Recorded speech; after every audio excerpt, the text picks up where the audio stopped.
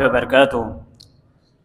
الحمد لله وحده والصلاة والسلام على من لا نبي بعده. أما بعد فأعوذ بالله من الشيطان الرجيم. بسم الله الرحمن الرحيم. الذي له ملك السماوات والأرض ولم يتخذ ولدا ولم يكن له شريك في الملك وخلق كل شيء فقدره تقديرا.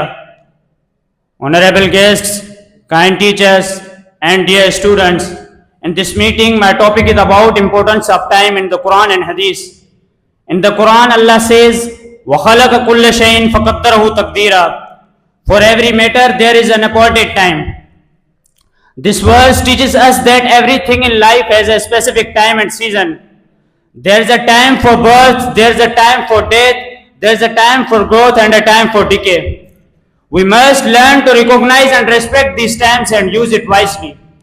The Prophet Muhammad sallallahu alaihi wasallam also emphasized the importance of time. He said, "Igtanim khamsan qabla khamsin." Take advantage of 5 before 5. Shababaka qabla haramik. Your youth before your old age. Wasihataka qabla sakamik.